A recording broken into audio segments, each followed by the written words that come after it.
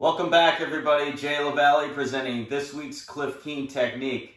I'm going to be showing you a series of drills and skills that you can implement into your training, especially if you don't have a partner. You might not even have access to a wrestling mat.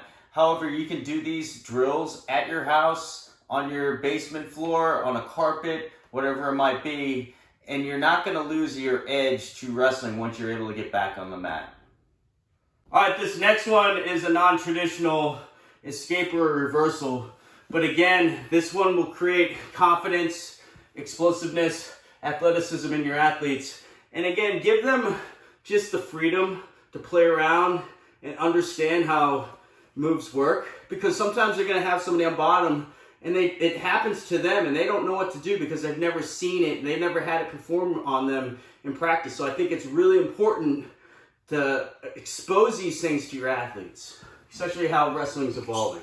All right, so I'm going to cartwheel into my opponent, over my opponent's hips. The only way I can do that is clearing my left hip.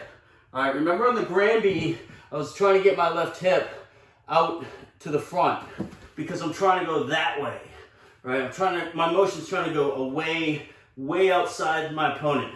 This time I want my hips to go into my opponent. So that means I need to get my left hip to behind me. Before it was in the front. Now I need to get my left hip behind me.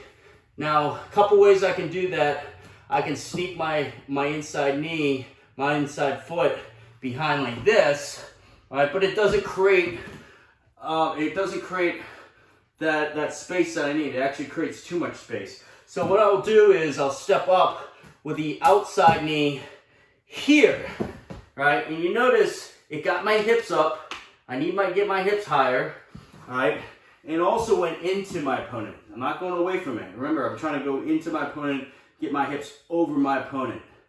And the only way it works is when I step up, and you might even grab the wrist here. When I step up and grab the wrist, this inside leg has to be able to clear my opponent's hips. So I'm ready to go, and I'm going to tuck my shoulder, almost like a Granby. You might even hit your head on the mat, put your head on the mat to do this. But when I go and flip my hips over there, I have to clear my opponent's hips.